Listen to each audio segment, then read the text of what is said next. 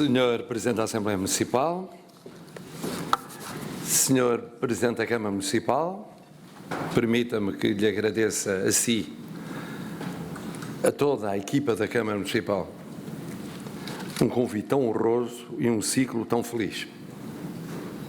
E convite duplamente honroso por se integrar e concluir um ciclo com personalidades notáveis, como os meus antecessores, ou notáveis e evocadas por um descendente de um deles e um colaborador próximo e conhecedor e admirador do outro. Senhores Presidentes das Câmaras Municipais da minha terra, Sobreiro de Baste, de Vila Nova de Famalicão, senhores antigos, mas sempre presidentes da Câmara de Faf, senhores deputados, senhoras e senhores deputados, ilustres autoridades, queridas e queridos amigos fafenses. É muito sensibilizado que eu recordo as ligações familiares a Faf. E recordo e fiquei duplamente sensibilizado pelos gestos do Sr. Presidente da Câmara, entregando documentos que já percorri em diagonal e que acordam recordações muitíssimas de Faf. Meu pai tinha 6 anos quando sua mãe voltou a casar com um comerciante de Faf, Joaquim Terroso. E teve um irmão, Olavo Terroso, que foi, antes mesmo do meu pai ser fafense honoris causa, honorário, ele era fafense de vivência cotidiana. E era tão grande essa ligação que depois a vida fez com que o meu pai e o seu padrasto se desentendessem sobre praticamente tudo na vida, menos um ponto, que era Faf. Assim foi, acabaram por ter, até perto da morte de Joaquim Terroso, uma vivência muito atribulada. Meu pai muito rebelde, para a altura e para a idade, como é natural na juventude. E o que é facto, uniu-os uma coisa: o tempo passado em Faf, as férias passadas em Faf, os amigos de Faf, e Faf como o elo de união familiar. Uniu-os a família Sousa Alves, da Loja Nova. Alguns mais velhinhos recordarão, velhinhos como eu, não jovens como o Sr.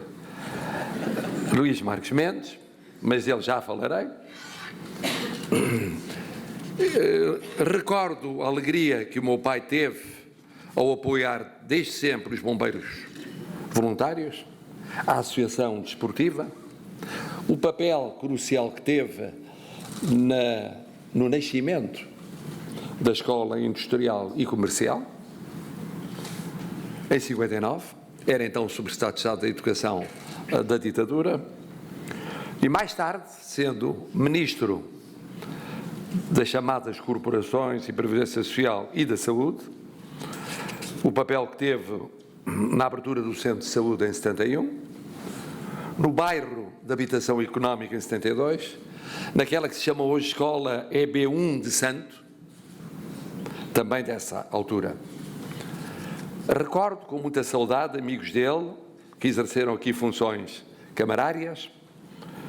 Um deles já aqui foi referido, o saudosíssimo Presidente António Marques Mendes, um senhor, realmente, em todos os sentidos da palavra, atravessando regimes, colocando-se acima das querelas secundárias, uma personalidade.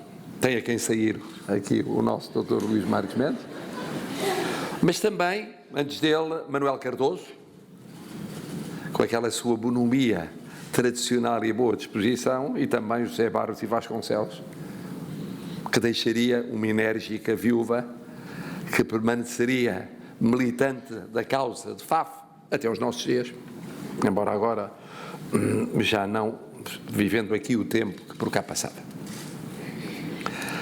E recordo tudo isso como recordo a gratidão do meu pai para com o presidente Parcídio Sumaviel, quando, numa comitiva que integrava o jovem Dr. Luís Marques Mendes, vereador da Câmara Municipal, em São Paulo, lhe entregou verdadeiramente o documento que titulava a honra de passar a ser cidadão de FAF de pleno direito. Fico muito sensibilizado. Isso às vezes cria-me problemas de consciência, porque já os tenho alguns, porque as grandes raízes são a Celurico de Basto, mas tenho algumas, pelo lado do meu avô, a Cabeceiras de Basto, a Arco do Baúlho, e ter outras ligações a FAF é bom por um lado, quer dizer que sou minhoto por todos os lados. A minha mãe que perdoou, que ela era beira, mas enfim, sou minhoto pelos lados que acabaram por ser mais determinantes na minha formação. Mas FAF tem um papel muito importante e um lugar muito especial no meu coração. Este ciclo foi um ciclo muito bem pensado. E o mérito é do Sr. Presidente da Câmara e depois o mérito é do Dr. Marques Mendes. Mas se não é o Dr. Marques Mendes a pensar, quem é que pensa em Portugal? O Dr. Marques Mendes pensa por nós todas as semanas, antecipando aquilo que nós estávamos quase a pensar, vendo aquilo que nós não conseguimos ver e, em muitos casos, sendo uma espécie de precursor dele próprio. Chegando onde chega tão depressa, acaba por depois, quando nós lá chegamos, o encontrarmos verdadeiramente em plenitude de cidadania ao serviço do país. E, portanto, o Dr. Luís Marques Mendes, é verdade que eu sou suspeito, porque sou muito amigo dele, mas estou a ser muito isento e muito imparcial. Tenho muitos amigos, mas não tenho as qualidades do Dr. Marques Mendes. E, portanto, e nem por isso eu vou dizer que eles têm as qualidades que não têm. Muitos parabéns por este ciclo e por aquilo que tem dado ao país. Já tem dado ao país, fora aquilo que ainda dará ao país. E por aqui passaram o Presidente António Ramalho de Anos. E é verdade, como foi aqui recordado, ele esteve no início da Revolução, foi o primeiro Presidente da direção, da administração da RTP, numa situação dificílima, após o 25 de Abril, foi crucial no 25 de Novembro, eu lembro-me de, no Expresso, ser o elemento de ligação com ele na altura era o elemento de ligação da Armada, não do Exército, do Grupo dos 9, antes do 25 de Novembro, durante o verão quente de 75, e depois teve 10 anos que foram essenciais para a transição da Revolução para a democracia. Os nossos militares do 25 de Abril nisso foram exemplares. Eu assisti a isso, era Ministro dos Assuntos Parlamentares, quando foi feita a primeira revisão da Constituição, saíram pelo seu pé, não quiseram ficar donos do poder, para dar o poder ao povo em plenitude, através dos seus eleitos democráticos. Pois o Presidente Yanes é um dos fundadores essenciais da nossa democracia. Depois o Presidente Mário Soares lutou pela democracia e pela liberdade durante a ditadura, desde jovem, muito jovem, durante a Revolução e depois da Revolução. Nunca deixou de lutar. E depois, mesmo de deixar de ser Presidente da República, continuou a lutar. Foi um daqueles casos de fazer dessa luta uma luta de vida. E representou a viragem para a democracia civil e a estabilização democrática. Pensemos no papel que teve ao assinar um acordo fundamental de adesão às comunidades europeias, como Primeiro-Ministro, e o papel que teve como Presidente da República, apadrinhando o nascimento da CPLP, em que teve um papel também fundamental o seu grande amigo brasileiro, Aparecido de Oliveira, José Aparecido de Oliveira. O Presidente Jorge Sampaio, quem pode esquecer a saga de Timor, em que ele viveu durante 3 meses seguidos em Belém. A família existia, mas era mais importante do que tudo a pátria. E ali as pátrias, a pátria portuguesa e a pátria timorense que nascia. E foi excepcional. Mas, além disso, eu pude testemunhar como líder do Partido Social Democrata a preocupação com os acordos de regime. Foi durante a sua presidência que foi possível, aliás, com um papel fundamental também do Dr. Luís Marques Mendes, um dos 13 grandes acordos de revisão constitucional, depois do primeiro em 82, do segundo em 89, o terceiro em 97. Mas vários outros acordos de regime. Ao mesmo tempo que o Presidente Jorge Sampaio abria à direita e à esquerda, nomeando como seus conselheiros de Estado no Conselho de Estado, quem não tinha assento por outra via, representantes de partidos mais à esquerda e mais à direita, para ter coberto o espectro político português. E quando entrei, tinha esse espectro coberto, e assim continuou, como sabem, durante muitos anos no Conselho de Estado. E depois, a entrada e consolidação do euro. São inseparáveis do papel e do magistério do Presidente Jorge Sampaio. Do Presidente Cavaco Silva, o que dizer senão que somou à liderança governativa mais longa e mais reformista da democracia portuguesa, 10 anos, uma presidência particularmente difícil e complexa, com as crises que enfrentou, nomeadamente a longuíssima crise internacional, começada em 2008, 2009, e que cá chegou à Europa depois de começar nos Estados Unidos da América, e que foi até 2014, 2015. É, portanto, uma justíssima homenagem que é prestada. O único que verdadeiramente não merece essa homenagem sou eu. Verdadeiramente, para ser muito sincero, sou o mais discreto e o menos notável dos Presidentes da República da Democracia. Limito-me apenas por isso a recensear aquilo que foram as minhas principais preocupações, antes de vos dizer como é que vejo estes 48 anos e como é que vejo os problemas que temos de enfrentar hoje em Portugal. Hoje, amanhã, depois de amanhã, nos próximos meses e anos. No primeiro mandato, primeiro desafio, unir dois Portugais que estavam divididos ao meio. Ambos achavam que tinham ganho as eleições, questionavam mesmo a legitimidade do outro hemisfério para exercer o poder.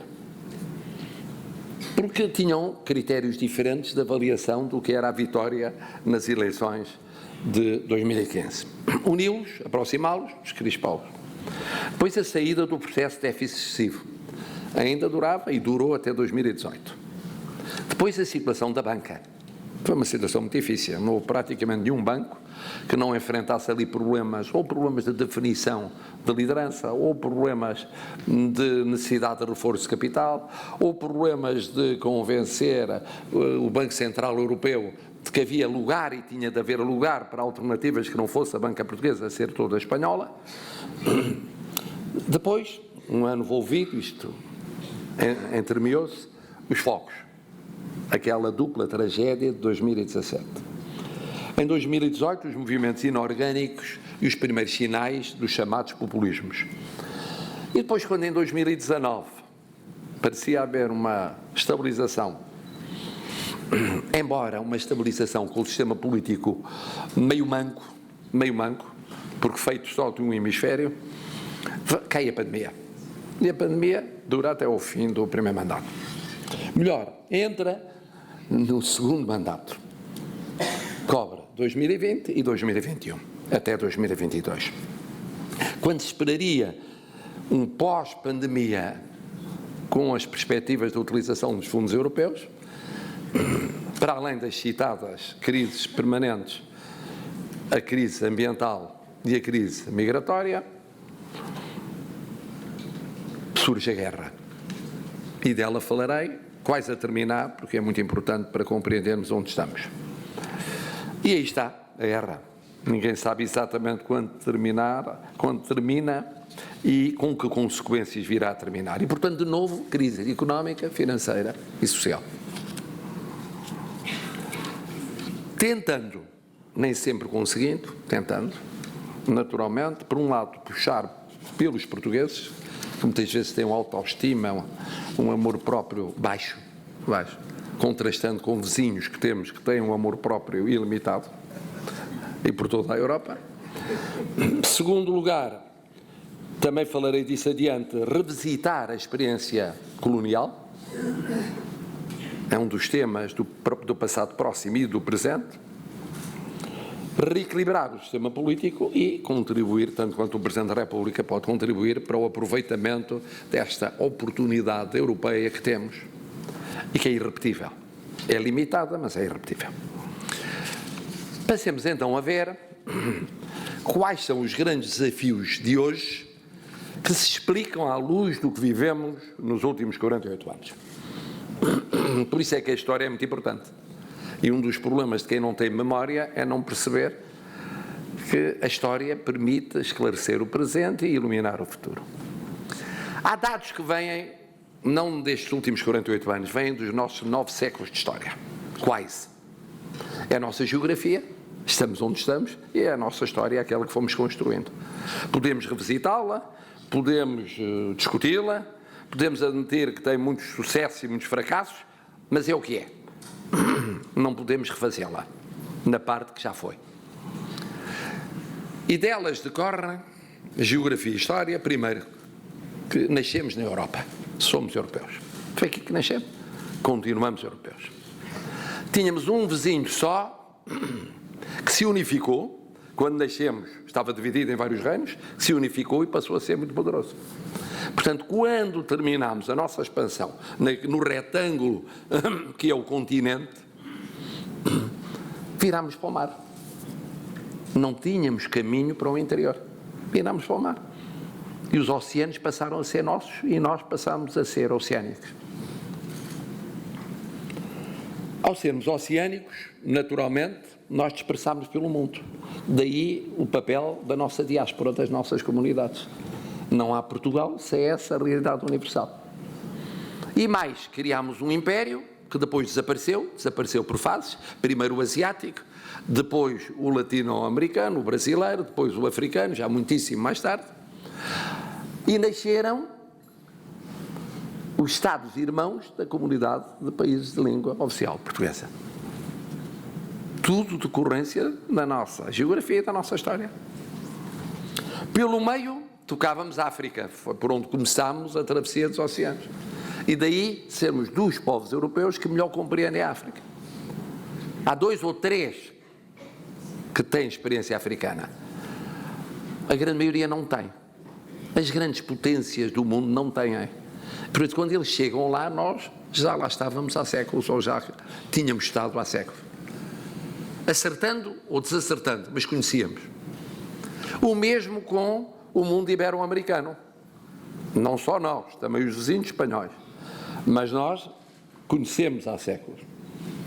Conhecíamos o Atlântico Norte, porque muitas comunidades se instalaram nos Estados Unidos da América ou no Canadá.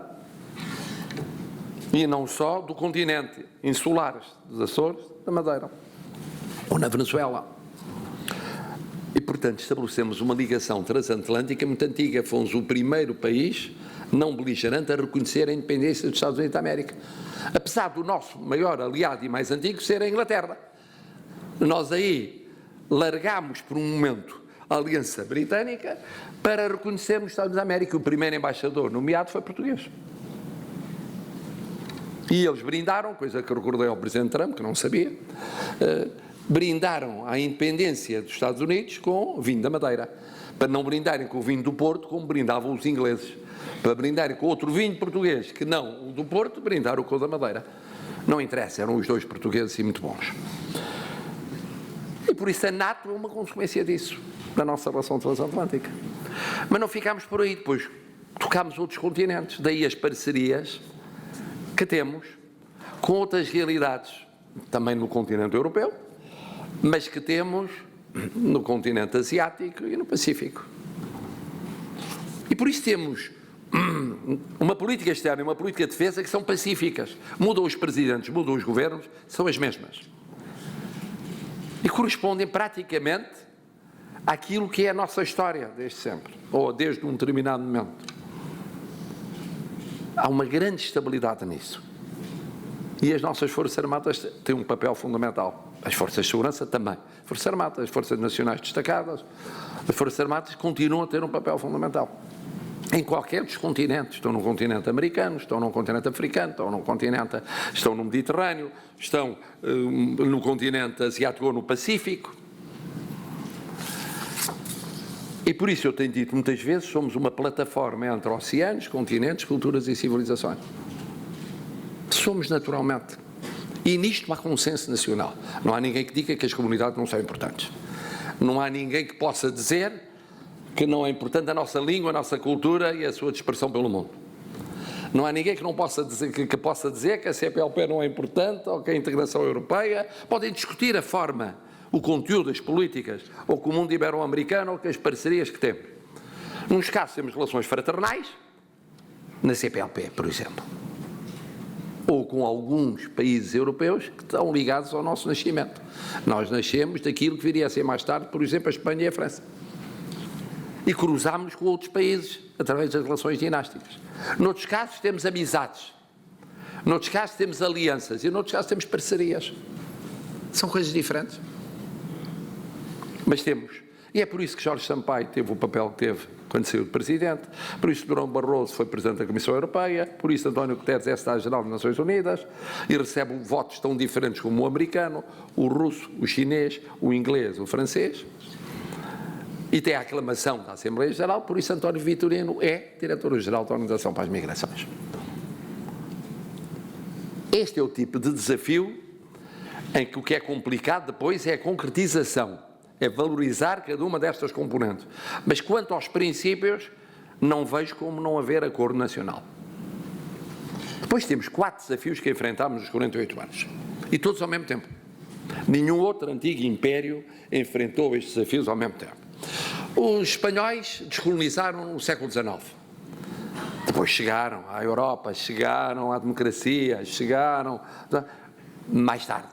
Mudaram o regime económico e tal, 100 anos depois. Os ingleses já eram liberais, democratas, com a economia que têm mais ou menos hoje, quando descolonizaram. Os franceses, não exatamente o mesmo, mas parecido com isso. Nós não. Nós, entre 74 e o fim do século, nós descolonizámos, democratizámos, integrámos as comunidades europeias e mudámos várias vezes os regimes económicos. Não podendo dizer, primeiro fazemos uma coisa, esperamos, vemos o que dá e depois fazemos outra. Não, tudo ao mesmo tempo. Tipicamente português. Temos uma capacidade para fazer isso. E genericamente fazer bem. Nem sempre fazer tudo bem até ao fim, mas genericamente fazer o que os outros não conseguem fazer. Descolonizámos em 2 anos. Já lá vamos. Democratizámos em 8 anos. Foi o tempo que durou a tutela militar de 74 a 82, até à transição com a primeira revisão constitucional por uma democracia civil eleitoral. Plenamente eleitoral. Na União Europeia, nós fizemos em 12 anos o que grandes economias fizeram em 40. A França, a Alemanha, a Itália começaram em meados dos anos 50 e chegaram ao euro no mesmo dia que nós chegamos. Nós começamos em 1986, quando entramos, e em 12 anos fizemos as fases todas. Tudo o que era necessário para entrar no euro. Com os custos e os sacrifícios, naturalmente, decorrentes de fazer com a nossa economia, com uma revolução pelo meio, com uma descolonização pelo meio, o percurso em 2 anos, a 12 anos que os outros fizeram em 40. E mudámos várias vezes o regime económico. Tínhamos um regime largamente ligado às colónias. Passámos a ter um regime económico revolucionário durante aquele período. Depois, pós-revolucionário, de transição para as privatizações. Depois, com as privatizações ou privatizações, de papel dos portugueses em setores-chave importantes da economia. E depois transferência para estrangeiros, ou entrada de estrangeiros, já no novo século, já neste século, fruto da globalização hiperacelerada, afeiçoando o regime económico e alterando novamente. Isto foi um sacrifício para os micro, pequenos, médios e grandes empresários adaptarem-se a fases tão diferentes em 48 horas. Empresários e trabalhadores. E cidadãos em geral. Vamos ver cada uma destas realidades de per si. A descolonização foi tardia. Foi tardia. Nós descolonizámos mais tarde do que descolonizaram os britânicos ou os franceses, por exemplo, e essas décadas fizeram a diferença. Houve quem avisasse, anunciasse e propusesse. Norton de Matos, por exemplo. Ainda na Primeira República. Houve quem, mesmo durante a ditadura, dissesse que era preciso antecipar, propondo esquemas diferentes, confederação, federação, caminhos evolutivos, mas não aconteceu isso. E, portanto, foi uma descolonização tardia. Não há boas descolonizações tardias. Segundo, no meio de uma revolução. Não há uma descolonização vivida em democracia estabilizada. Não, é no meio de uma revolução, quando há uma luta pelo poder todos os dias, na Constituinte e na rua. Ao mesmo tempo descolonizava-se. Terceiro, com um mundo muito diferente do que é hoje, com dois grandes blocos, os Estados Unidos da América e a União Soviética, que lutavam por todo o mundo, como veremos adiante, continuam a lutar as potências hoje por todo o mundo, pelas suas áreas de influência. Naquela altura eram duas superpotências. E por acaso, as nossas colónias, então chamadas províncias ultramarinas, estavam em zonas de charneira das áreas de influência de um lado e do outro. O que não admira em muitos casos, porque tinham potencial humano, potencial económico, potencial social e tal, que tinham um grande futuro à frente. Portanto, a descolonização foi feita nesse contexto. Vamos agora olhar, não vale a pena fazer o processo todo, vale a pena reconhecer que é talvez dos 4 desafios aquele que, porventura, porque concentrado em 2 anos, a descolonização foi feita em 2 anos, um império de 5 séculos terminou na parte africana em 2 anos e na parte também do Pacífico com Timor-Leste, mais tarde. É evidente que foi dos 4 desafios aquele que foi o mais traumático no imediato nas suas consequências. Traumático seria sempre para os colonizados, nós às vezes esquecemos deles, lembramos-nos do que sofreram e sofreram muito, muitos dos colonizadores, aqueles que vieram com uma mão à frente e outra atrás, sem nada de África para começarem a vida. Isso foi um facto. O que ficaram lá, tendo de recomeçar a vida. Mas também temos que nos pôr na posição daqueles que estavam do outro lado e que do outro lado, beneficiando de aspectos positivos da colonização, eram penalizados por um sistema que manteve um regime laboral sem liberdade até ao início dos anos 60. É alterado por Adriano Moreira. E que não eram cidadãos, tinham o estatuto indigenato que vigorou até ao final dos anos 50, princípio dos anos 60. Portanto, para verem como foi tardio o processo descolonizador e como isso teve consequências, obviamente, na descolonização. Ora bom, hoje quais são os desafios que se colocam relacionados com a descolonização? Por cruzar, não vale a pena omiti-los.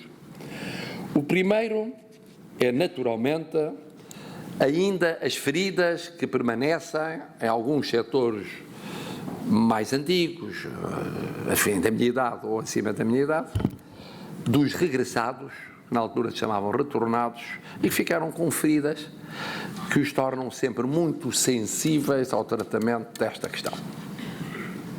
Por outro lado, naturalmente, aquilo que são as feridas deixadas nas antigas colónias, hoje, Estados-irmãos, dentro da CPLP no mundo. Esse é um facto, que se liga com outro facto, que é a revisitação da história. Essa revisitação da história tem ocorrido periodicamente, de um lado e do outro, com posições umas mais racionais, outras mais emocionais. Porque as pessoas dificilmente separam a sua vida, da sua família, das suas populações, das suas comunidades, daquilo que foi a experiência que viveram, para muito bom ou para muito mau. Eu, aliás, fiz sobre isso um discurso na Assembleia da República em 25 de abril do ano passado. Achei que era o tempo de fazer uma lista daquelas questões que se levantavam na cabeça das pessoas ou no coração das pessoas, vendo de perspectivas diferentes. E, naturalmente, vendo perspectivas diferentes, sentindo de forma diferente ou analisando de forma diferente. E todos com razão. Ou, pelo menos, todos com uma parte da razão. Como acontece sempre na história. Mas é um reviver que temos de fazer e temos feito e temos de continuar a fazer com serenidade, com distanciamento histórico progressivo, reconhecendo o que houve de bom, mas aquilo que houve de mau. E não escamoteando nem uma coisa nem outra, assumindo tudo. História é isso, assumir tudo. Em plenitude. Tal como ocorreu. Eu recordei nessa altura, tinha tido a experiência, que é muito singular, de ser filho de um dos últimos governadores gerais do Império, em Moçambique. Que por acaso até deixou uma memória que é cultivada hoje por Moçambique, pelos responsáveis políticos e económicos e sociais do Estado que proclamou a sua independência a seguir a 74. E eu dizia, eu vi por dentro o que era o fim do Império, que vivendo, embora e estudando aqui em Lisboa, lá estive muito tempo e vi por dentro o que era, e me impressionou muito a ver quem não visse o que se estava a passar, para um lado e para o outro, tendo amigos, obviamente, de um lado e do outro, e depois, quando a minha família ficou dividida em duas, uma derrotada pelo 25 de Abril, relativamente derrotada, porque se veio a reconhecer méritos da sua atuação anterior, partindo para o Brasil e lá vivendo muitos anos, estava outra parte da família a aprovar a Constituição ou a militar em partidos políticos a construir a democracia. Mantendo sempre um grande diálogo, como eu recordava na Bienal de São Paulo, porque toda a família lia livros, era muito respeitadora das ideias de cada qual e, portanto, quando há cultura e há respeito das pessoas, há naturalmente respeito às ideias. Depois temos outras consequências hoje da descolonização, que é a imigração alargou-se. A imigração não ficou apenas naqueles que regressaram na sequência do 25 de Abril, apenas da segunda e terceira geração de imigrantes lusófonos, mas imigrantes africanos que não vinham falando a língua portuguesa. E depois europeus do leste. E depois, é o caso dos sírios, de outros continentes, para os quais tão importante foi o Presidente Jorge Sampaio.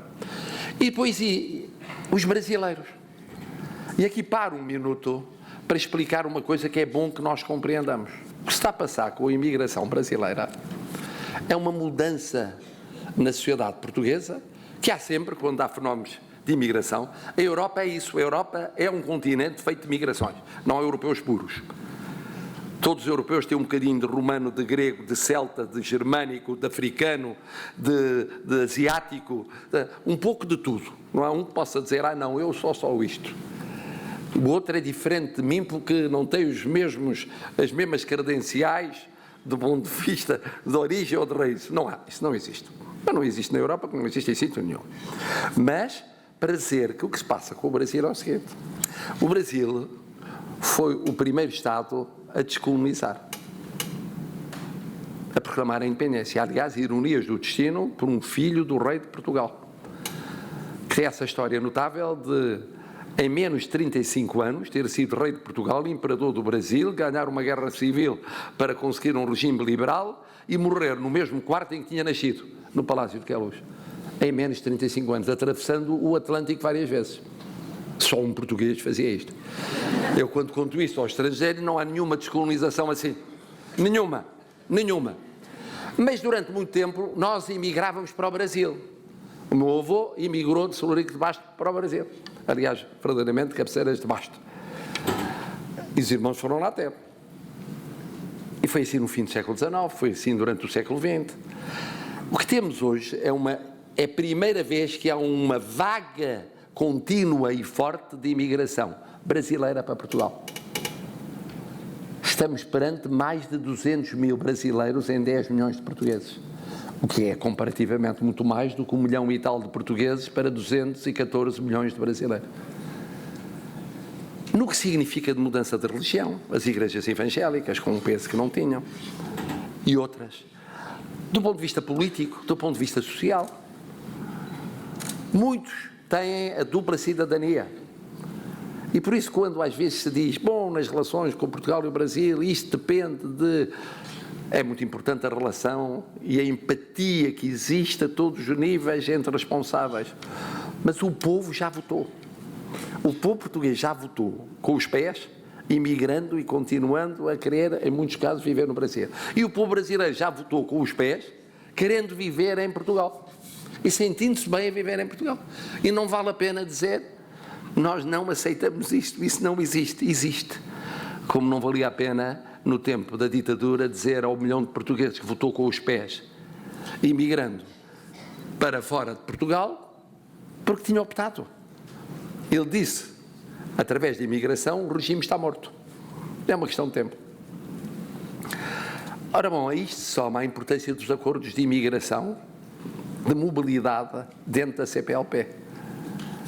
Disse, mas é uma bizantinice, então o alargamento a outros países próximos, como Marrocos, ou a que temos ligações históricas, como a Índia e tal.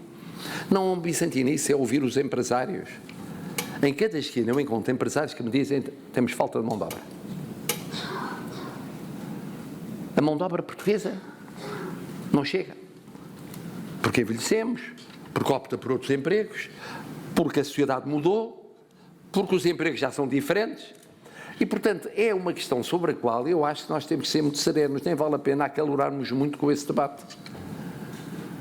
É inevitável a necessidade da nossa economia de receber imigrantes, sob pena de definhar ou de perder oportunidades. E, finalmente, outra consequência hoje da descolonização, a revitalização da CPLP. A CPLP foi concebida num determinado momento histórico, em 96. Hoje é cobiçada pelas grandes potências do mundo, que são observadores associados da CPLP. Porquê? Porque está em todos os continentes. Todos os países da CPLP são banhados pelos oceanos, são fundamentais para a problemática dos oceanos.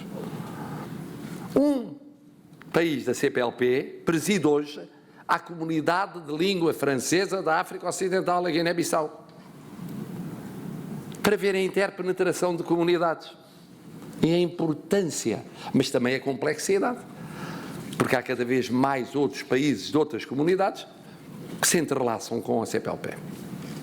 Segundo desafio, a democratização.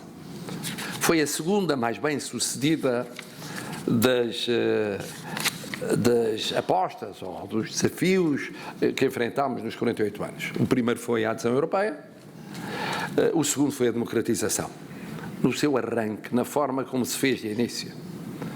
Nós não tínhamos tradição democrática e tínhamos uma tradição liberal, cheia de vicissitudes ao longo da monarquia constitucional e curtíssima e cheia de períodos ditatoriais na Primeira República.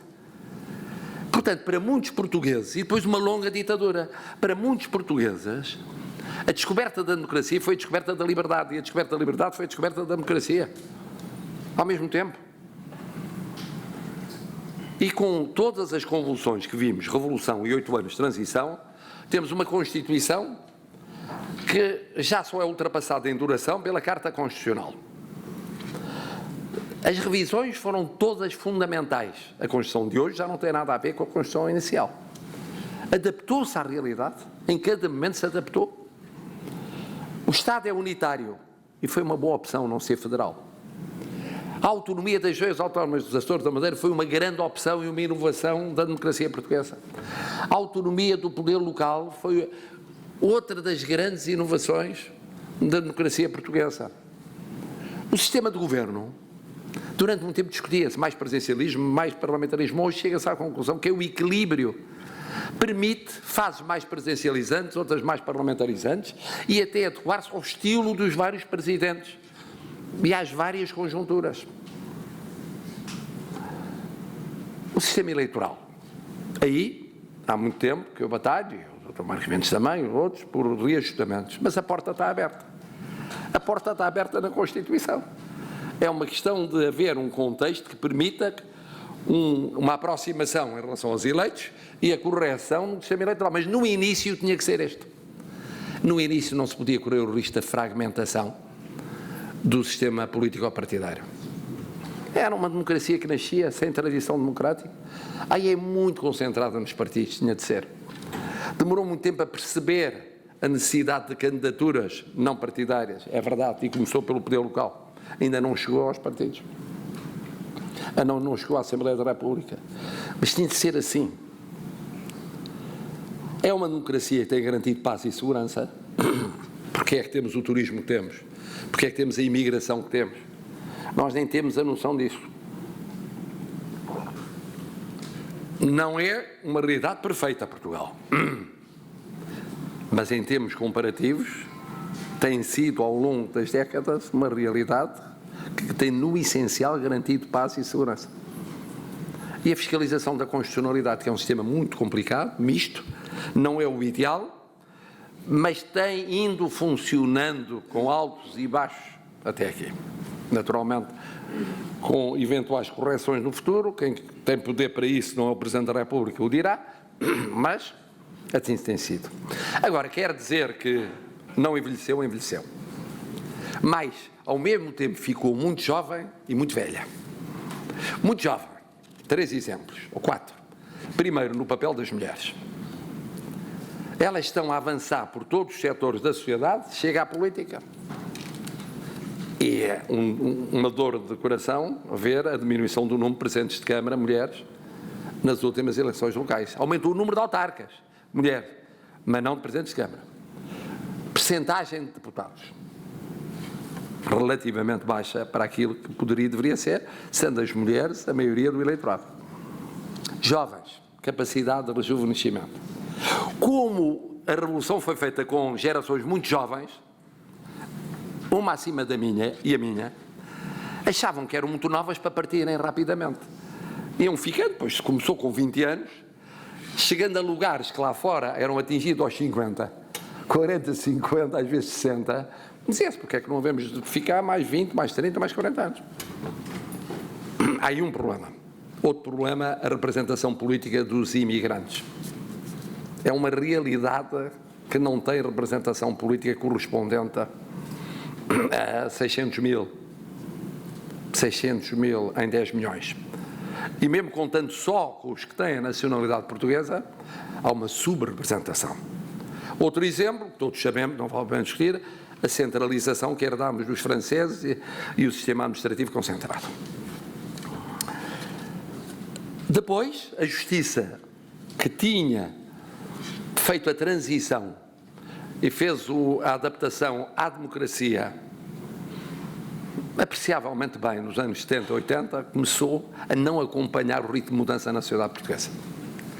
Porque a justiça, numa ditadura, é uma justiça muito administrativizada. Em democracia, não. É exercida, aplicada pelos tribunais. E como os conflitos se multiplicam, à medida que a economia muda e a sociedade muda, isso exige outra máquina. Não é um problema de celeridade, é um problema de organização. Os meios de comunicação social. Eu tenho mostrado a minha preocupação com isso. Os meios de comunicação social, muitos não aguentaram o fenómeno da globalização e as mudanças na sociedade portuguesa. E sobretudo por causa das sucessivas crises económicas e financeiras. A crise da Troika, depois agora, por exemplo, a pandemia, isso leva a que, a nível local, seja um drama para muita imprensa local e regional, que aliás foi muito apoiada pelo Dr. Marcos Mendes, mas rádios locais vão resistindo, mas têm de encontrar uma certa concentração, mas depois chegou aos grupos nacionais. E onde há precariedade económica e financeira na comunicação social, há fragilidade na democracia. E depois, a adaptação dos partidos e dos parceiros económicos e sociais, que não é só em Portugal, em toda a parte. Aqui nota-se um bocadinho porque a democracia é muito jovem. Mas é olhar para os sistemas partidários, o nosso é dos mais estáveis dos sistemas partidários na Europa. E com maior capacidade para integrar fenómenos, primeiro antissistémicos, depois não sistémicos, passam a sistémicos. Ainda que com uma voz crítica dentro do sistema. Mas o que é facto é que a era digital tem esse problema, a dificuldade de adaptação. As instituições estão pensadas para a democracia representativa clássica. Ora, a democracia de hoje é mediática, é digital, é eletrónica, é mediática, é inorgânica, é acelerada. Não há um mês, como havia tradicionalmente em Bruxelas, em que estava tudo parado, porque a Europa e o mundo estavam parados. Isso não existe. Não existe. Na economia, nas finanças, na política, no social, não existe. Agora, qual é o problema? O problema é que as crises sucessivas, e a crise que começou nos Estados Unidos da América e depois chegou à Europa e a todo o mundo, foi muito longa. A pandemia foi a primeira pandemia verdadeiramente global. E agora a guerra. Tudo isso fragiliza os sistemas já fragilizados e permite, como dizia o Dr. Marcos Mendes, apelos messiânicos e populistas. Porque as instituições mudam lentamente, a expectativa é que se mude rapidamente, vive-se mais emocionalmente e menos racionalmente. As adesões são emocionais, não são racionais. Gosta-se de A ou de B ou de C, pela imagem, muitas vezes mais do que pelo conteúdo, ou por uma comunicação que é mais poderosa, e hoje há comunicações fortíssimas. Um presidente norte-americano liderou a sua atuação política através do Twitter. Ele definiu a ordem de trabalhos no seu país e no mundo através do Twitter. Que, como sabem, é de mensagem muito concisa. Tem que ser muitas mensagens, às vezes no mesmo dia. Isto é uma realidade que as democracias representativas não estavam habituadas a conhecer. E depois outro desafio que se coloca hoje, mas que penso que o tempo permitirá reequacionar, é que sempre que há no sistema político-partidário, além de outros reptos, um desequilíbrio muito acentuado entre hemisférios, há uma tentação enorme para a radicalização no hemisfério sacrificado e para a guerrilha antissistémica na margem do sistema, mas isso acontece em todas as democracias. Quando o sistema é frágil nos mecanismos de equilíbrio interno, surgem à margem do sistema formas de preenchimento do vazio, porque a política tem horror ao vazio. Depois temos a integração europeia, sobre isso não direi muito, direi só que foi o desafio mais bem conseguido. 12 anos para fazer o percurso de 40 anos, foi. De tal maneira que hoje em Portugal não há ninguém que seja contra, ninguém, praticamente ninguém, dos grandes protagonistas políticos, económicos e sociais, contra a pertença à União Europeia. É-se contra visões da Europa, é-se contra políticas europeias, é-se contra posicionamentos europeus. Mas durante muito tempo havia, no espectro político-partidário e parceiros económicos e sociais, quem fosse contra a própria pertença. E, de uma maneira geral, tem havido consensos de regime nesta matéria. De uma maneira geral, os caminhos que temos seguido são certos. E tem que se moldar à realidade, porque mudou muito. Quando entramos, tínhamos como aliados aqueles que estavam na nossa posição. Deixaram de ser nossos aliados. Uns, porque cresceram rapidamente, passaram a tomar a posição diferente da nossa, porque surgiram outros que aderiram a seguir, porque sobre os fundos e outras problemáticas muito diversas, política externa, economia, finanças, passou a haver posições diferentes, e nós tentámos sempre estar no núcleo duro das cooperações reforçadas da União Europeia. E bem, porque senão éramos marginalizados. E temos feito isso e continuamos a fazer. Qualquer que seja o governo mais à direita ou mais à esquerda, tem feito isto. Bom, quanto ao desenvolvimento, quarto desafio, este era muito difícil. Como vos disse, mudámos de regime económico várias vezes, mas sobretudo a sociedade mudou muito. Quando eu era jovem, Portugal era jovem. Agora, que sou, vamos admitir, exceto do ponto de vista mental, mas também das minhas natações e outras atividades do dia-a-dia, de mobilidade do dia-a-dia, mas quando eu realmente sou idoso e já sou há muitos anos, o país envelheceu, é um país envelhecido. Envelheceu. E envelhecer é mais ou menos isto, eu explicava aos meus alunos, eu nadava todos os dias, 1h30, 2 horas, e mesmo no pino do inverno, sem fato, aguentava muito mais. Com a idade, aguenta-se menos. É isso envelhecer. Envelhecer é tentar antecipar os acontecimentos, mas antecipar um bocadinho mais tarde. Nisso eu não posso ser acusado muito, sou acusado de antecipar cedo demais e de estar cedo demais e vezes demais nessa antecipação, mas que muitas vezes é importante para impedir que outros cheguem lá e criem problemas que depois são muito mais difíceis de gerir. Mas a sociedade verdadeiramente envelheceu. E, portanto, aquilo que no início correu bem a massificação da educação, o acesso democrático à educação, o contraste com o que era o acesso na ditadura. Correu bem o Serviço Nacional de Saúde, como foi posto de pé, na base dos cuidados primários, relacionados depois com as estruturas intermédias e, nomeadamente, com as hospitalares. Correu razoavelmente bem. Correu bem a gestão da solidariedade social para a sociedade que era a sociedade dos anos 70, 80 até 90. Correu bem o termos percebido cedo o desafio ecológico, ambiental e da sustentabilidade. Correu bem. Percebemos-lo ainda no século passado. E a partir dos anos 80. E claramente nos anos 90. Correu bem a nossa capacidade de entender o digital. E a vocação que temos para o digital. Não é por acaso, porque a Cimeira Digital é em Portugal e que nós temos o número de unicórnios, nascidos muitos deles de startup e do digital, que, comparando com a população portuguesa, é percentualmente impressionante. Correu bem a antecipação energética. Agora são todos a dizer, depois da guerra, como é que tem 60% de energias renováveis e querem ter até 26, 80%. E como nós gostaríamos de ter isso. De não depender dos outros em matéria energética. Mas foi uma guerra. Foi uma guerra. Porque era mudar um paradigma, com custos. Porque no início era muito mais cara. Era uma transição cara, mas sabem que as mudanças radicais são caras. As rupturas são caras, não são baratas.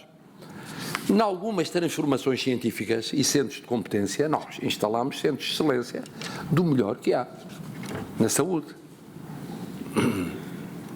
Em domínios da engenharia, em domínios tecnológicos, científicos, das ciências duras, tecnológicos e noutros domínios. Provámos várias vezes uma grande resistência do tecido social e económico às crises. Como foi a resistência das misericórdias das IPSS às crises sociais, a resistência dos empresários à pandemia foi impressionante. Impressionante, tiveram que se refazer. Bem, agora, há problemas estruturais que esses, numa sociedade envelhecida, uma sociedade envelhecida tem uma dinâmica mais lenta. Tem setores muito dinâmicos, porque mais jovens, porque mais recentes, porque mais inovatórios. E depois tem um lastro de quem naturalmente tem mais dificuldade em adequar-se, sobretudo quando o tecido é um tecido muito fragmentado. E será. O tecido económico e social português, fala-se muito das grandes empresas em setor X. Mas depois há outra realidade no terreno e essa não se muda assim com um clicar de dedos. Portanto, ficamos com uma pobreza estrutural que é de facto escandalosa. É escandaloso ter uma pobreza estrutural que anda entre, quando corre bem, 1.800.000, quando corre pior, com as crises, 2.200.000, 300.000, e, portanto, com uma margem ali de risco de pobreza muito elevada. Naturalmente que na educação nós beneficiámos, mas ao mesmo tempo fomos prejudicados pelo problema demográfico. Porque isso deu a ilusão de que era mais fácil resolver o problema da educação com menos gente. Facilita a tarefa, porque são menos estruturas, menos logística, menos formação, quando ainda por cima houve uma sucessão geracional. Aqueles que arrancaram com a Revolução, jovens com 20 anos, atingiram a reforma agora, há 10 anos, há 5 anos, neste momento, uns mais cedo, outros mais tarde. Os que entraram provisórios, lembram-se? A habitação, a recente evolução, quer por força do turismo, quer por força da mobilidade dentro do território, a desertificação numa parte do território, os desequilíbrios entre os interiores e os litorais, e dentro dos interiores, e dentro dos litorais, que são muito diferentes, todos entre si. Isso criou problemas urbanísticos e habitacionais graves para os jovens em particular. Mas não há dúvida que o setor que apanhou a maior pancada foi a saúde. Pois uma coisa é um sistema de saúde, nomeadamente um Serviço Nacional de Saúde concebido para uma sociedade jovem, fresquinho. Outra é um concebido para uma sociedade envelhecida, onde cuidados continuados, já não digo cuidados paliativos, mas a interpenetração entre a segurança, a solidariedade social e a saúde. O peso de setores populacionais sobre o sistema e dentro deles sobre o Serviço Nacional de Saúde é brutal. Sobre os profissionais, que também envelhecem, mas sobre os, eu ia dizer utentes, é pouco, porque de alguma maneira o Serviço Nacional de Saúde é todos nós, portanto, somos uma espécie de coproprietários da realidade que é coletiva. Isto começa a ser visível com a aproximação do fim do século passado. Há mudanças que são introduzidas e conseguem adiar alguns problemas, geri-los durante um tempo e depois aceleram neste século. E como aceleram e apanham com crises várias, e ainda por cima uma especificamente no domínio da saúde, já não é um problema só ideológico. Durante muito tempo eu dizia, bom, a saúde é talvez a última questão ideológica que ainda divide muito os hemisférios políticos em Portugal, mais do que a educação, mais do que a solidariedade social, mais do que a parte económica e financeira, sobre o papel do Estado, o papel da iniciativa privada, o papel do setor social. Não, é a própria realidade e a aceleração económica e social que questiona um pouco por toda a parte, mas neste caso questiona o domínio da saúde. Bom, temos agora entre mãos o PRR, o Portugal 2030. Eu disse no início que é uma oportunidade única, embora limitada. É uma oportunidade limitada por isto. Primeiro porque foi calculado os fundos, sobretudo os do PRR, no verão de 2020, quando se achava que a pandemia estava a acabar. Só que ela durou mais 1 ano e meio. Durou praticamente até ao presente. Portanto, os financiamentos ali previstos, e que não foram estritamente só para a componente da saúde, foram para a recuperação social e para o salto económico e social, não tem nada a ver com aquilo que foi o custo da pandemia. Segundo, limitada pelos prazos. É uma corrida contra o relógio. Não podemos estar à espera que, de repente, haja uma prorrogação de prazos consecutiva, que às vezes é uma fezada que nós gostamos de ter. Aqui é melhor não ter essa fezada. É como deixar, coisa que às vezes me irrita, deixar a resolução de desafios de futebol para os últimos segundos, ou para o prolongamento, ou até mesmo a substituição de jogadores. Mas, enfim, quando isso produz efeito, eu aí vero a evidência e louvo. Mas aqui, nos fundos, é melhor não jogarmos nesse tipo de pressuposição. Depois, porque a execução é complexa. Falta mão de obra para executar parte das obras, nomeadamente públicas. Já não falo da complexidade administrativa, mas a concretização no terreno é difícil. E depois, porque estamos a viver, e vou falar disso para terminar, numa situação internacional muito específica. Agora, é uma oportunidade única. Com todas estas limitações, eu não acredito que volte a haver este montante de fundos no futuro, por uma razão muito simples, que decorre, aliás, da realidade geopolítica. É que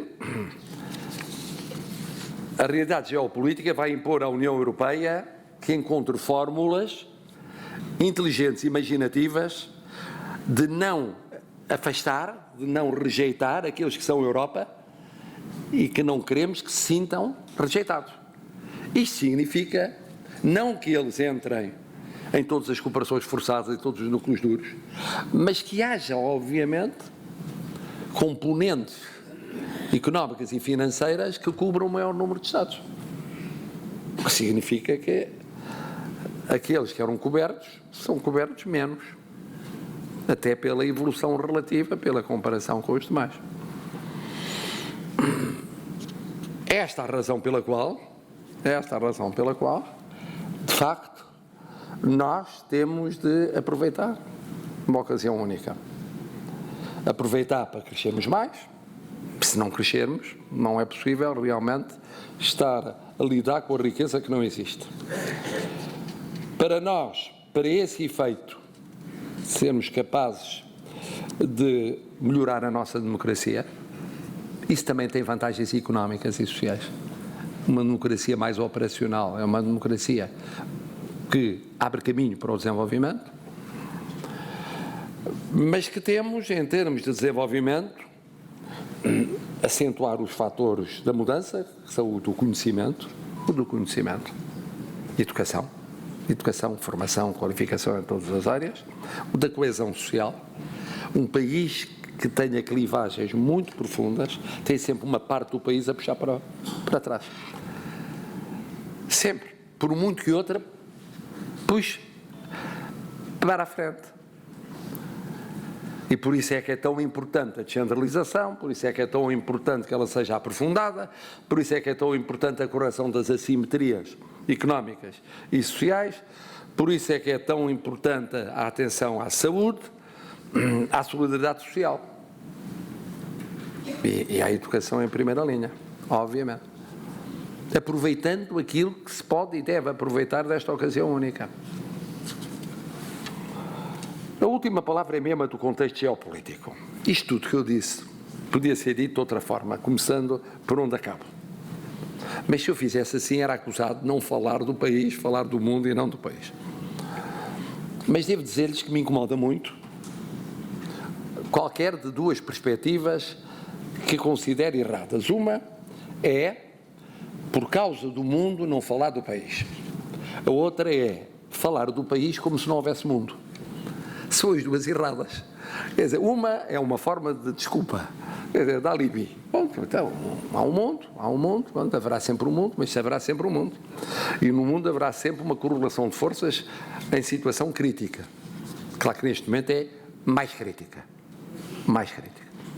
A outra posição errada é dizer, não, pois é evidente, tem que se fazer isto, mas olha, há aqui uma condição, não interessa nada. Lá o facto de haver inflação importada, o facto de haver problemas no fornecimento de matérias-primas, o facto da energia estar como está, isto não interessa nada. Que se resolva o problema, ou porque já o resolvemos, ou porque temos de o resolver. Tem de haver aqui um certo equilíbrio. Nestes 48 anos, nós vivemos com mundos diferentes. Há bocado disso. Começámos com um mundo em que havia duas superpotências. Acabou. Uma delas implodiu. Passámos para outra em que se sonhou que havia uma só. Os Estados Unidos da América iam resolver os problemas do mundo. Não deu. Depois, uma só com aliados. Com a ajuda dos aliados resolver os problemas do mundo. Também não dá. Não dá porque há problemas que mesmo os Estados Unidos da América, com os aliados entre os quais a União Europeia, não pode resolver. O clima não pode resolver. Certos aspectos da globalização não pode resolver. Migrações em todo o mundo não pode resolver. Terrorismo em todo o mundo não pode resolver. Oceanos não pode resolver. Os oceanos banham tanto os aliados como os que são adversários. Não pode resolver. Depois passou-se para o seguinte, então temos que ter um mundo multipolar.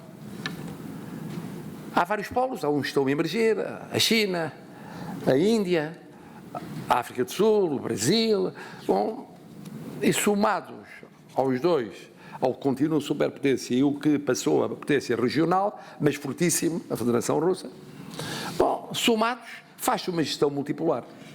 Por isso é preciso que os polos queiram. Podem não querer. Pode um polo dizer, eu não quero ser regional, eu quero ser global. Eu quero voltar a ser global ou mostrar que nunca deixei de ser global. E haver polos dos que emergiram na velocidades diferentes. E há uns que emergem virados para dentro, a Índia é o caso, controla muito o seu expansionismo em termos geopolíticos, económicos, internacionais, e há outros que não. A China não. Avança nitidamente pela via económica, com a sua presença por todo o mundo. Ora, o que aconteceu foi que estamos a assistir hoje a uma guerra que não é uma guerra nem local nem europeia. Coisa difícil de explicar quando eu viajo na África ou na América Latina, porque vêm de longe. As notícias nos jornais são assim pequeninas, na televisão pequeníssimas, porque acho que é uma guerra europeia, pronto, é uma guerra entre a Federação Russa e a Ucrânia por causa de uma fatia de território. Pronto, é isto. Portanto, por causa disto está o mundo a sofrer tantas consequências. Como é que é possível não se entenderem de tal maneira que ajustam de forma que um dá uma parte do território, dá 5%, 10%, 15%, 20%, o outro fica com mais 20%, 30%, 5%, 10%, e pronto, e resolve-se o problema do mundo. Só que a vida não é assim tão fácil como parece. Esta é verdadeiramente um conflito universal e de consequências universais. É universal porque decorre de um confronto geopolítico. Decorre da Federação Russa dizer eu não quero ficar uma potência regional entalada entre a China na Ásia e a União Europeia aliada aos Estados Unidos da América, com a entrada de antigos aliados na União Europeia e na NATO. Eu não aceito isso, por muito que possa estar presente no Próximo Oriente, no Médio Oriente, em África, menos do que já esteve, mas ainda está, e muito menos na América Latina. E, obviamente, muito menos na Ásia, porque a posição chinesa e de outras potências também importantes, o Japão, ou a Coreia do Sul, existe. Esta é a questão. Esta é a questão. Que depois, obviamente, é uma questão que ganhou contornos jurídicos e de valores, que levou a que o mundo se unisse em votações muito amplas, pelo precedente que era pôr em causa a Carta das Nações Unidas, pôr em causa o direito internacional, pôr em causa princípios jurídicos fundamentais. Se começa a pôr em causa, é hoje um bocadinho, amanhã outro bocadinho, depois de amanhã outro bocadinho, e todos fazem o mesmo. Porque é que não vão fazer o mesmo? Não é só para uns, é para todos. Não vale a pena ter organizações internacionais nem direito internacional se não é para aplicar. Mas verdadeiramente a essência geopolítica da questão é essa. De um lado está a Federação Russa e do outro lado estão os Estados Unidos da América e a União Europeia. Não é a Ucrânia. A Ucrânia está, claro. E quem é sacrificado, isso já aconteceu muitas vezes com a Europa, nos conflitos mundiais, é realmente a Europa sofre mais porque está no meio. passando os conflitos pela Europa. Aqui é o povo ucraniano que diretamente sofre as consequências do conflito. Mas todo o mundo acaba por sentir os custos económicos, financeiros e sociais do conflito. E é por isso que é um bom sinal se for aplicado o acordo a que hoje chegou, com o papel importantíssimo do Secretário-Geral António Guterres e a ajuda da Turquia e a ajuda de outros Estados, para, ao menos ser possível, na parte alimentar, mitigar as consequências, ou parte das consequências, da guerra, no bloqueamento de portos que não permitia a exportação de bens alimentares fundamentais. Assim seja executado, efetivamente. E assim seja um sinal de que se quer avançar para o fim da guerra. Mas tendo a seguinte noção, é de que é uma guerra que tem um fundamento geopolítico, em que quem pretende afirmar-se como potência mais ampla do que aquilo que outros, ou que entende que outros querem que seja o seu poder, quer ter ganhos visíveis, que não seja apenas a influência indireta no funcionamento das democracias europeias, a influência indireta nos países de Balcãs ocidentais, o peso que decorre de aliados que nesses países têm verdadeiramente influência. Não, quer no terreno mostrar, num caso, para ser um caso exemplar, que realmente eu tenho poder para, mesmo contra uma coligação apreciavelmente forte, afirmar a minha posição de potência global. E do outro lado há um Estado que se começa a aceitar sacrificar às fatias a sua soberania, por onde é que termina a soberania? Sabe-se como se começa, não se sabe como é que acaba. É sacrificar 10%, é 15%, é 18%, é 20%, é metade do acesso ao mar, não, é uma parte do acesso ao mar, é a zona onde ficam as indústrias mais significativas, onde fica uma parte da atividade agrícola significativa. Isso explica porque é que é uma negociação difícil entre aqueles Estados.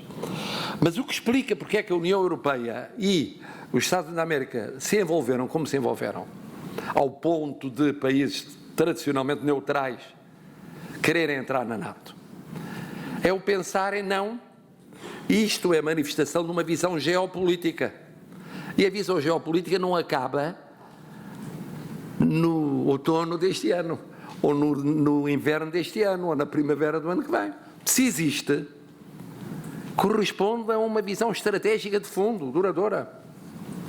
E, portanto, quem quer que seja líder nos Estados Unidos da América ou na Europa, tem de lidar com isso, hoje, amanhã, por um tempo apreciável. E aí é uma guerra, não direi de nervos, é uma guerra de resistência psíquica e física, em que de um lado se diz, digamos do lado ocidental, para simplificar, se diz, é preciso que se compreenda do outro lado que há limites que o direito internacional, as organizações internacionais e o respeito de certos valores impõem. E é preciso que isso seja assumido pelos responsáveis e pelo povo, na medida em que o povo o puder e quiser assumir. E do outro lado há o dizer assim, vamos testar a resistência das opiniões públicas que estão do lado ocidental, a ver quanto tempo é que aguentam. Primeiro, quanto tempo aguentam os governos, depois quanto tempo aguentam os partidos, depois quanto tempo aguentam os sistemas, com o facto de haver uma inflação muito elevada, com as consequências que isso tem na vida do dia-a-dia das pessoas, das famílias e das empresas. Quanto tempo? É o problema das guerras, sempre. há uma componente psicológica fundamental. Fundamental. E é por isso que eu não podia deixar de terminar por este ponto.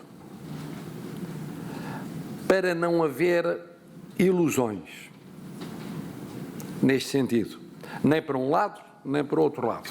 Não haver ilusões de que o facto de ser assim justifica não se olhar para os problemas do país e, na medida do possível, no contexto existente, fazer o que depende de nós, para não perdermos oportunidades. Precisamente porque a situação é complicada no mundo, é que não podemos perder oportunidades. Se fosse menos complicada, era mais desculpável, perdia-se agora, recuperava-se no futuro, era um adiado. Mas também não haver a posição oposta, quer dizer o seguinte: bom, isto é muito simples, isto é muito simples, tudo é possível, independentemente da situação internacional que se vive. Isso é uma mentira. Se fosse possível, não estávamos a assistir ao que estamos a assistir em vários países europeus,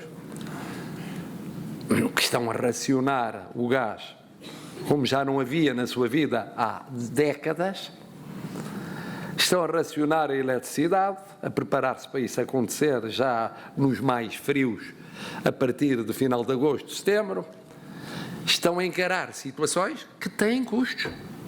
Isto tem custos. Quem vos diz isto não é o analista político, o cidadão, o Presidente da República Portuguesa. Tem exata noção de que isso tem custos. É muito mais fácil ser Presidente sem ver guerra, sem ver pandemia, sem ter tido de declarar o estado de emergência. É muito mais fácil. Ou renová-lo não sei quantas vezes. Cada renovação era um problema. Bom, era melhor não ter de gerir uma situação em que não sabemos quando acaba a guerra e que efeitos deixa. E qual é a reação das pessoas? Porque as pessoas, a partir de determinado momento, deixam de dizer: isto é um problema da Federação Russa e mais da Ucrânia e disto, aqui. Dizem: não, isto é um problema de quem manda em Portugal não resolver a minha situação, tem de arranjar forma de resolver a situação, porque, para além de um determinado momento, eu não aceito sacrifícios. E aí é um teste importante às democracias, porque uma guerra em que de um lado estão democracias e do outro lado estão regimes um pouco mais fortes na sua caracterização, não quer dizer que só estejam democracias, mas genericamente o núcleo duro fundamental são democracias. Estados da América e a União Europeia, democracias. Haverá outros que são menos democráticos e que também estão nesta coligação. Mas é um teste que já não se levantava há muito tempo assim, com esta amplitude. Como é que as democracias resistem? As democracias mediáticas de hoje, eletrónicas de hoje, da imagem de hoje, emocionais como as de hoje, personalizadas, como é que resistem ao messianismo? Alguns fazem análises apressadas e dizem: isto é um bocadinho como a guerra, como a gripe espanhola, que apesar de tudo foi muito limitada em termos geográficos. Depois da gripe espanhola houve o desconfinamento dos anos 20 loucos. Depois veio a guerra. E diz: olha, aqui o desconfinamento foi curto, foi muito curto. Quando se começou a desconfinar, veio logo a guerra. Eu não faço o paralelo porque a situação não é idêntica. Nem a pandemia terminou totalmente, veja-se a China, que é um grande país, e portanto com capacidade para lidar com a realidade, mas que ele próprio confessa até essa realidade. Mas isto para vos dizer que é um tempo difícil, mas é para isso que nós cá estamos. Quer dizer, que é eleito não é para os tempos fáceis, é para os tempos difíceis. E com um objetivo fundamental: temos de reformar aquilo que depende de nós reformar. Não é fazer uma revolução, nem anunciar revolução. É reformar o que é preciso reformar. E fazê-lo de forma não messiânica. Não há messias para isto. Há o povo, que é quem mais ordena, e há a capacidade das instituições de se mudarem para resolver os problemas. E é isso que tem que se fazer. É difícil no momento. É difícil, temos tido momentos difíceis, este é difícil, será difícil, mas é para isso que eu cá estou por mais uns aninhos, e é sobretudo por causa disso que os portugueses têm aguentado, como têm aguentado 9 séculos de história, já passaram por muito disto, muito, os outros estão a conhecer o que nós já conhecemos e vencemos sempre. A prova é que estamos vivos ao fim de 9 séculos. Muito obrigado.